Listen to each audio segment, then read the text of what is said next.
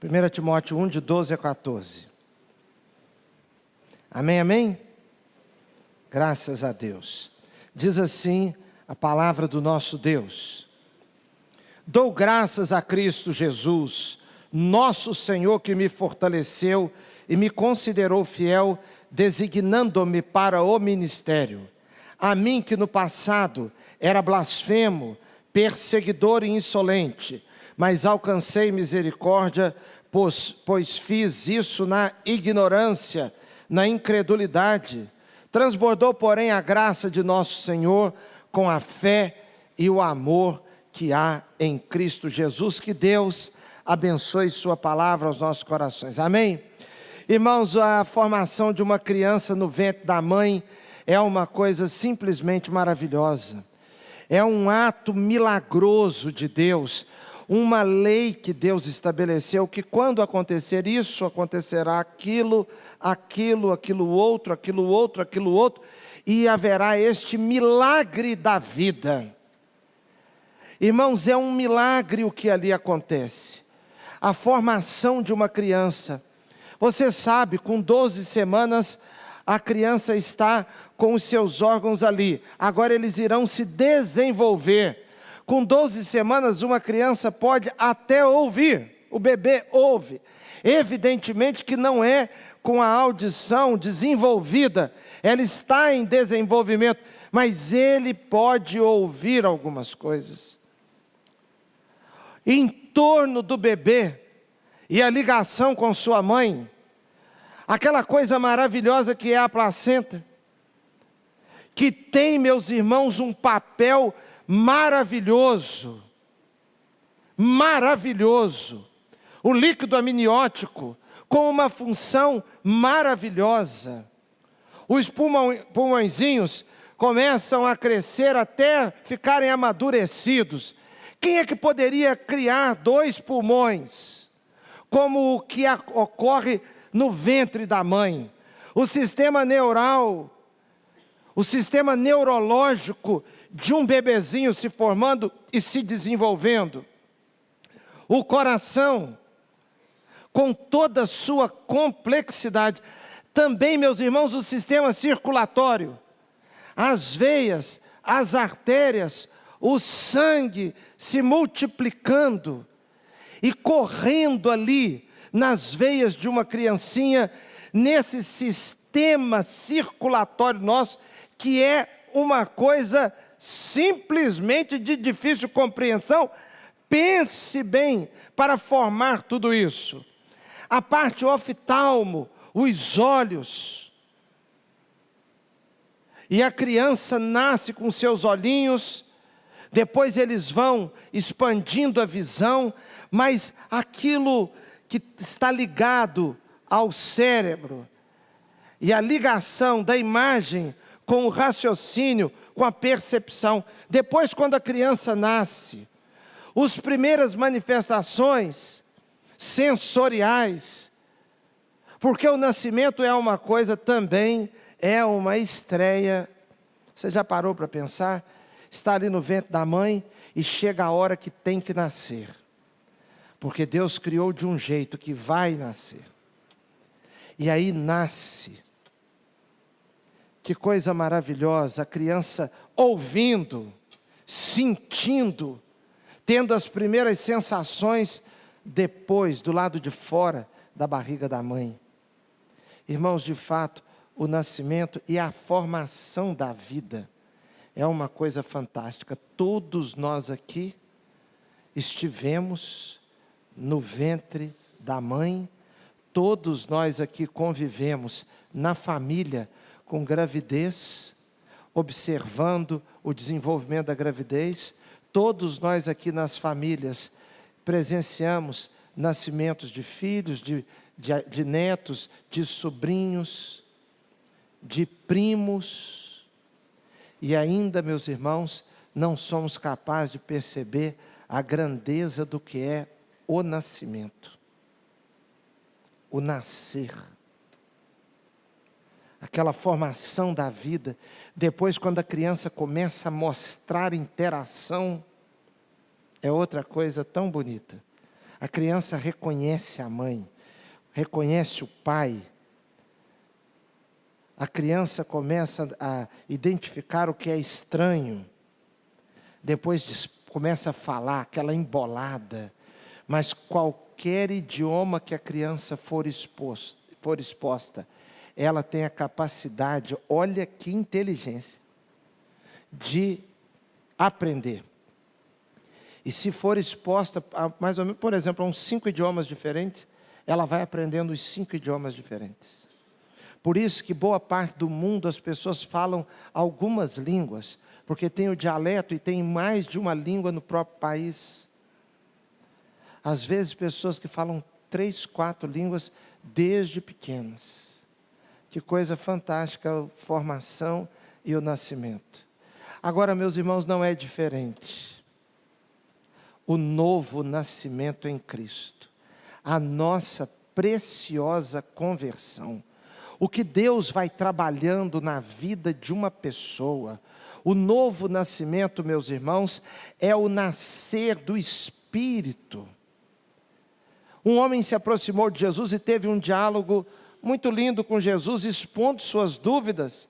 E ele disse: o que é necessário para que eu entre no reino dos céus? Para que eu entre no reino de Deus? E Jesus disse: necessário é nascer de novo. E ele ficou numa confusão que era uma confusão explicável. Claro, como é que eu posso nascer de novo estando na idade que eu já estou? Como eu posso voltar ao ventre da minha mãe? Jesus explicou que não se tratava disso, voltar no ventre da mãe. Mas agora era um outro milagre acontecer. Era um milagre de uma transformação tão profunda, uma transformação na alma, no espírito, no íntimo, no modo de ver a vida, de ver Deus, de compreensão de si próprio, uma compreensão diferente dos propósitos da vida, que Jesus chama isso, e o Novo Testamento chama de novo nascimento, é o nascer de novo. Irmão, se tem um texto que retrata uma vida mudada, transformada, é este que acabamos de ler. Ele foi escrito, Deus o inspirou na vida do apóstolo Paulo. E Paulo começa a dizer que ele dá graças a Cristo Jesus, o Senhor, que o fortaleceu e considerou fiel, colocando-o no ministério, fazendo dele um apóstolo. Mas aí no verso 13, ele relembra o que é uma triste realidade da vida sem Cristo. Porque a vida sem Cristo é uma triste realidade. E ele retratou a sua vida sem Cristo com as seguintes palavras: a mim, que no passado era blasfemo, perseguidor e insolente. Irmãos, difícil acrescentar alguma coisa pior aqui. Olha, Paulo diz: a minha vida sem Cristo, eu era blasfemo. Os irmãos sabem, Paulo era um judeu fariseu. Então era um grande observador das leis do Antigo Testamento. Quando a Bíblia diz, por exemplo, para não tomar o nome do Senhor em vão, e o blasfemo é uma pessoa que toma o nome de Deus, ataca o nome de Deus, fala com deboche sobre Deus, zomba de Deus, evidentemente que como um judeu zeloso, como um fariseu, ele não falava contra Deus, mas ele dizia: eu era blasfemo. Por que ele era blasfemo? Ele era blasfemo quando falou contra Cristo, blasfemou contra Jesus, falou contra Jesus, entendendo que estava fazendo algo muito bom para Deus. Mas quando ele atacou Jesus, ele atacou o próprio Deus, porque a Bíblia diz que Jesus é homem e é Deus. Então quando ele ataca Jesus, ele está blasfemando. Ele diz: eu era blasfemo e perseguidor.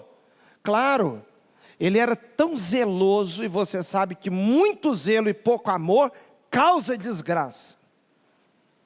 A pessoa que diz: eu sou muito certa, mas sem amor é uma coisa triste, porque só o amor edifica, só o amor edifica, só o amor constrói. Então ele era muito zeloso. E ele era tão zeloso que quando Cristo começou a pregar e Cristo tornou-se conhecido e os seguidores de Cristo começaram a se multiplicar, ele era tão zeloso da sua religião que ele quis atacar, perseguir a igreja. E ele recebeu carta do sumo sacerdote.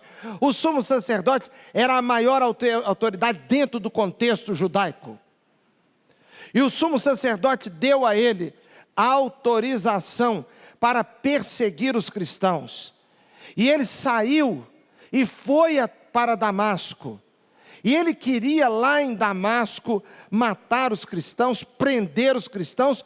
Quando ele viu Estevão sendo apedrejado, ele concordou com o apedrejamento de Estevão, que foi um homem extraordinário. Mas ele viu Estevão sendo morto e ele concordou, porque ele era perseguidor. Quando ele foi para Damasco, o texto bíblico diz que ele foi respirando ameaças de morte. O texto, quando diz respirando, o respirar de Paulo era o respirar, é o mesmo respirar, o respirar do leão no ataque. Então ele foi ferozmente contra os crentes, respirando ameaças, ódio, muito zelo, mas muito ódio junto. E ele queria matar os cristãos, então ele disse, eu era perseguidor e era também insolente. O insolente, meus irmãos, é a pessoa arrogante, que age com violência, a pessoa que desdenha, a pessoa que faz pouco caso. Ele era insolente com relação a Cristo. É assim que ele se revela. Mas, irmãos, agora, ele fala então dessa triste realidade que era a sua vida. Mas depois ele falou da feliz realidade do que faz a misericórdia de Deus numa vida. No verso 14, ele diz assim, no verso 13 ainda ele diz que ele era insolente, perseguidor, blasfemo, mas alcançou misericórdia. É a feliz realidade da misericórdia de Deus numa vida. Ele persegue, blasfema e é insolente. Contra quem? Contra Deus. Porque sendo assim contra Cristo, é contra Deus. Quando alguém rejeita Cristo, rejeita Deus. Como ele rejeitou a Cristo, perseguiu, blasfemou, foi insolente contra Cristo, aí a Bíblia diz que ele alcançou, mesmo assim, misericórdia. O que é a misericórdia? A misericórdia, meus irmãos, é Deus aplicar numa vida, não o que aquela vida merece, mas o que ela não merece. Isso é misericórdia. Então, Paulo perseguia, blasfemava e era insolente. Mas Deus olhou para ele e disse, eu terei misericórdia, eu vou botar isso tudo para trás. Eu amo essa vida e farei nesta vida algo que esta vida não merece, mas eu quero. Então Deus usou de misericórdia. Você sabe que uma vida transformada só é transformada se Deus agir com misericórdia. Porque às vezes nós estamos de peitos estufados, cabeça erguida, querendo discutir com Deus, com Jesus, com a obra de Deus, com os decretos de Deus. Nós estamos nos sentindo esse pecado da zombaria, da blasfêmia, falar contra Deus. A Bíblia diz que não é para tomar o nome de Deus em vão, diante do respeito que devemos ter com o nome de Deus, mas pode ser que na sua vida você já tenha até blasfemado contra Deus. Talvez na sua vida você já perseguiu Jesus. É curioso isso que ele diz que ele era perseguidor, ele estava perseguindo a igreja. E quando Jesus o interceptou no caminho para Damasco, Jesus lhe apareceu, ele estava indo com tudo para matar os cristãos, para prender os cristãos, mas Jesus lhe apareceu, uma grande luz, ele caiu e ele ouviu uma voz, Saulo, Saulo, por que me persegue? Mas ele estava indo perseguir a igreja, e Jesus disse, me persegue, porque quem persegue a igreja, Jesus olha e diz, está perseguindo a mim. Por isso, meus irmãos, que crente tem dono. Uma pessoa começa a arrumar muita confusão para cima da sua vida, ela está arrumando uma confusão para ela mesma. Porque você tem dono. Jesus olha para a sua vida e diz: por que essa pessoa está mexendo com o que é meu? Com o que me pertence? Essa pessoa está lidando com coisa muito séria. Jesus disse: por que me persegues? Então ele era perseguidor, blasfemo, arrogante, insolente, mas aí veio a misericórdia. Aqui, meus irmãos, sobre esse lance da insolência, da perseguição, das blasfêmias, a natureza humana tem essa tendência.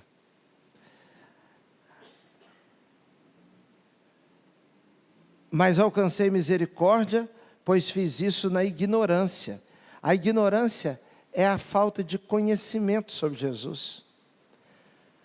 Paulo, quando era Saulo, pensava que conhecia a Cristo, mas ele tinha ignorância, na incredulidade. A incredulidade também é um outro elemento destruidor da vida. Tem até uma passagem tão interessante que Jesus passou por um lugar e disse que ele não pôde fazer ali muitos milagres por causa da incredulidade deles. Muitas vezes a pessoa está tomada de uma incredulidade e deixa de experimentar tantas coisas boas na vida, e a incredulidade, ela se retroalimenta. Se você não tiver cuidado com a incredulidade, você começa a duvidar de tudo que é de Deus e toma uma postura de afronta.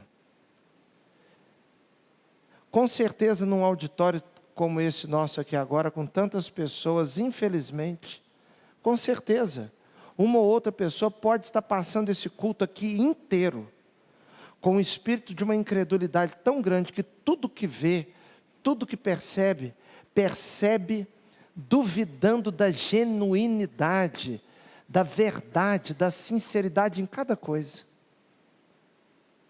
Cada palavra que o pastor fala é como se ela tivesse de responder contraditando.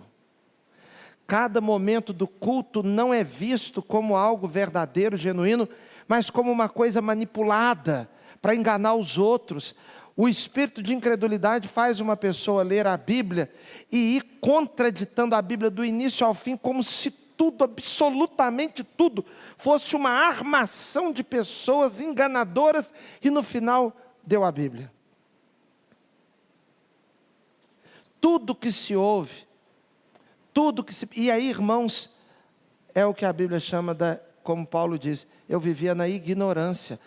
Nós estávamos no carnaval evangelizando, ali na Braz de Pina, e aí nós estávamos ali, os irmãos agindo, nós falávamos com uma pessoa, dava água para outra, orava para outra. Eu percebi, assim, eu acho que eu li a mente daquela pessoa. Eu não sei se era isso que ele estava pensando, mas eu fiquei com a forte impressão, e depois eu acho que as coisas se confirmaram.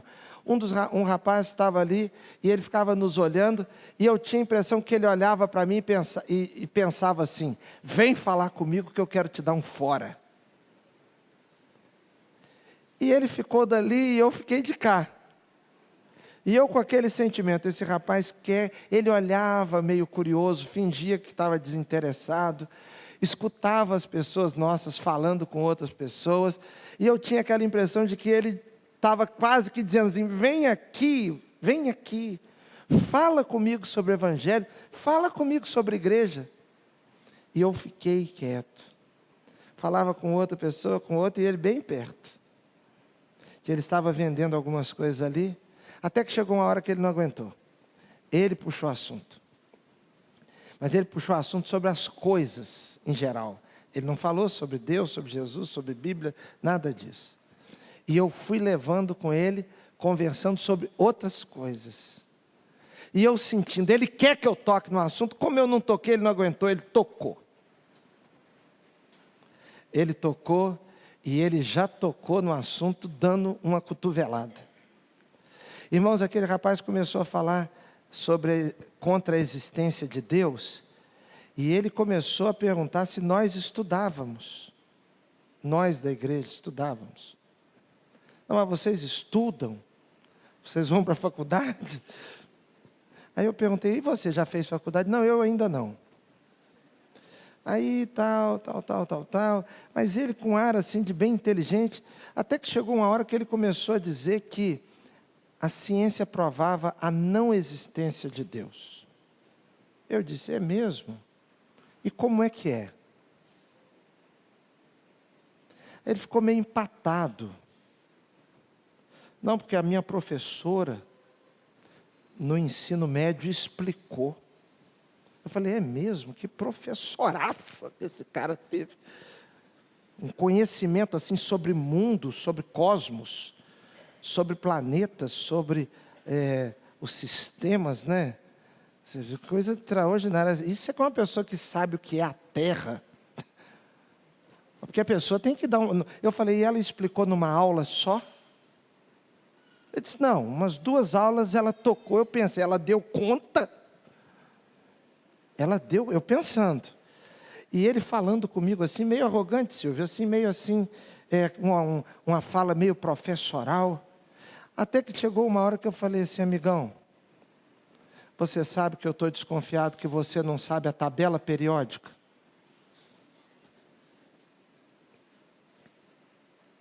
Aí ele disse, algumas coisas eu sei. Eu falei, H2O.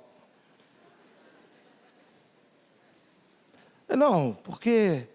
Falei, não, irmão, deixa eu te explicar.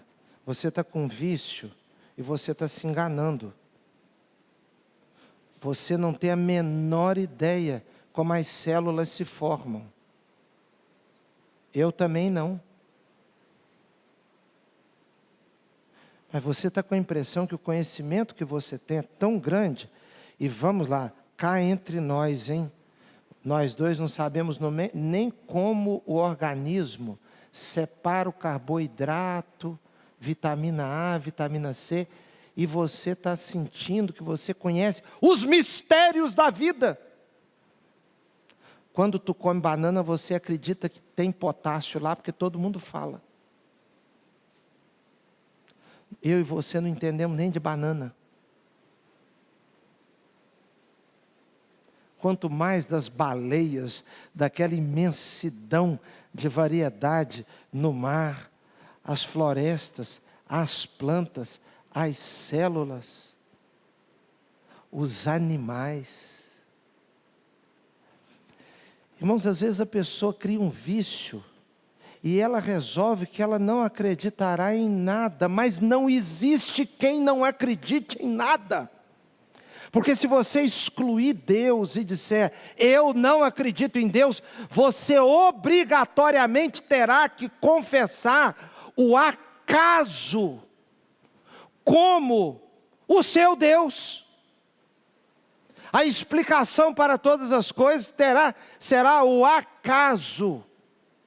Você vai olhar para o universo e vai dizer, tudo isso foi acontecendo acidentalmente. E no final deu nisso. Essa será a conclusão inevitável. Não, porque começou com a explosão. Para começar com a explosão, alguma coisa tem que explodir, cabeção. E essa coisa não pode se autocriar. Alguma coisa concreta tem que existir. E mesmo que seja uma explosão, que explosãozinha que deu certo, hein? Olha aí você, com essa sua pele. Olha para a sua pele. Nem eu nem você temos a menor ideia da complexidade de uma coisa dessa, que para nós está tão natural. A incredulidade precisa ser trocada na sua vida, porque ela parece ser uma expressão de inteligência, porém, ela não é vista na Bíblia como uma expressão de inteligência.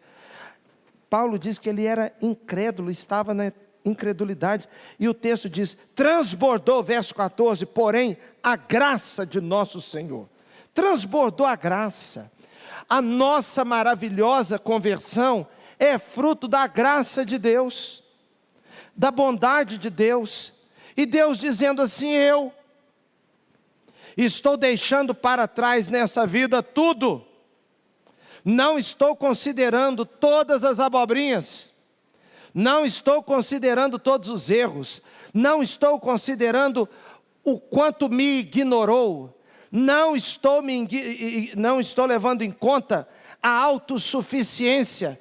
Eu estou botando isso tudo para trás. E estou dizendo assim agora sobre sua vida. Eu estou trocando, em vez da insolência, da perseguição, da incredulidade, por minha misericórdia, eu estou colocando por minha graça, fé e amor.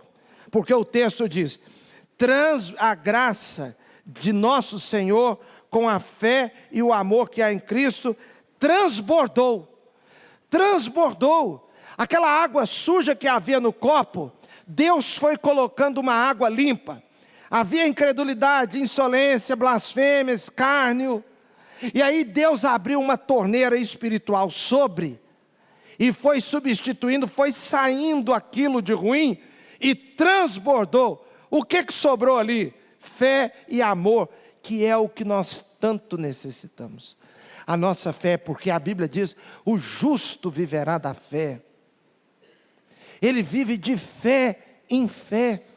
Nós cremos no nosso Deus, por isso nós o obedecemos, nós o louvamos, nós o celebramos, nós temos alegria porque cremos nele, nós andamos na luz do Senhor porque cremos na luz do Senhor. É a fé. Quando você se depara com uma situação muito encrencada na sua vida, difícil na sua vida, que você não pode resolver, que ninguém pode resolver, você diz, meu Deus pode se Ele quiser. Então isso te joga para frente. Quando você se depara com uma situação que parece que a gente consegue resolver, você olha para ela pela fé também. Se Deus me abençoar, eu vou resolver. Ou Ele vai resolver através de alguém. O Senhor vai me abençoar. Isso também é fé. E o amor, porque só o amor, como eu disse anteriormente, edifica. Porque, meus irmãos, às vezes as pessoas querem resumir a vida em uma virtude. Por exemplo, a sinceridade. Sinceridade, o que importa é ser uma pessoa sincera. Irmãos, não é só sinceridade não. Ódio, por exemplo, é uma coisa bem sincera. Quem odeia, odeia sinceramente. Ira é uma coisa sincera. A pessoa fica realmente, sinceramente irada. Revolta, tem revolta que é revolta sincera. Mas só sinceridade não resolve não. Porque sinceridade ela pode vir acompanhada de alguma coisa ou pode ser sinceramente errado. O Martin Lloyd Jones teve uma mensagem chamada sincero, mas errado. Sinceramente, mas errado. O que edifica a vida da pessoa? É o amor. A fé em Deus, o amor para com Deus, por isso é que a Bíblia explicou os mandamentos. O maior mandamento é amar a Deus sobre todas as coisas. E depois, o próximo como a você mesmo. Então a gente ama a Deus, nós nos amamos também, porque nós precisamos amar o outro como nós nos amamos. Então Cristo, quando transforma uma vida, Ele coloca a fé e o amor. E as outras coisas ficam para trás. Esquecendo-me das coisas que para trás ficam. E você precisa aprender a colocar para trás de si aquilo que para trás de você tem que ficar. Uma vida nova em Cristo. A Bíblia diz, agora eu estou em Cristo. Eu sou uma nova criatura. Uma nova criatura, uma nova criação de Deus. As coisas velhas já passaram. Eis que tudo se fez novo, porque quem está em Cristo, nova criatura é. As coisas velhas se passaram e eis que tudo se fez novo. E é isso que tem que acontecer na sua vida. Olha, existem reformas que são maravilhosas, mas existem reformas que são assim esquisitíssimas. Tem reforma, eu e Cristiane estávamos saindo de um apartamento que nós morávamos e tinha que entregar o apartamento pintado. Eu contratei uma pessoa, ele foi lá com os filhos dele e pintaram o apartamento, e eu fui conferir à noite. Estava assim bem escuro, estava faltando lá, não sei, parece que chegaram a tirar umas lâmpadas lá. E eu cheguei lá, olhei o apartamento à noite, ele estava pintado, entreguei no outro dia. A mulher que foi lá conferir, muito sem educação, sem necessidade, porque era só falar normal, era só falar com educação, mas ela optou falar comigo sem a mínima educação. E ela me ligou e perguntou: foi o senhor que pintou o apartamento? E falou assim, bem esquisito. Ela disse: aquilo está muito mal feito. Usou de umas palavras assim, com bastante falta de educação, com grosseria. E eu peguei e fui lá ver o apartamento de novo, de manhã. E cheguei lá, olhei, realmente tinha ficado muito mal pintado. Eu já tinha até pago. Era um senhor com os filhos dele. Eu achei tão bonito aquele senhor trabalhando com os filhos ajudando o pai ali. Mas fizeram um serviço péssimo lá. Aí tive que contratar uma outra pessoa, porque eles também sumiram. Aí veio uma outra pessoa e pintou corretamente. Às vezes na casa da gente nós queremos fazer alguma reforma e fazemos a conhecida gambiarra. A gente dá um jeito ali, mas não muda. Irmãos, nós fizemos uma reforma num imóvel da igreja, que quando começou a mexer, um imóvel assim que já a gente acredita, o engenheiro acredita, que o imóvel já tinha mais uns 60 anos. Então ele descobriu que não adiantava fazer uma gambiarra para poder resolver um dos problemas, que era infiltração. E ele falou assim: aqui tem que construir quase que tem que fazer um alicerce novo, porque esse não dá nem para reformar. Porque a casa, quando construída, ela é tão antiga que ela foi feita um sistema de base da casa, sem vigas, sem as colunas, eram pedras grandes. Era um sistema usado há muito tempo atrás. E ele disse: aqui não adianta tentar fazer em cima do que está aqui, tem que fazer uma coisa aqui praticamente nova. Irmãos, quem pode fazer novo é o Senhor nosso Deus. Porque as nossas gambiarras são assim: eu vou mudar daqui.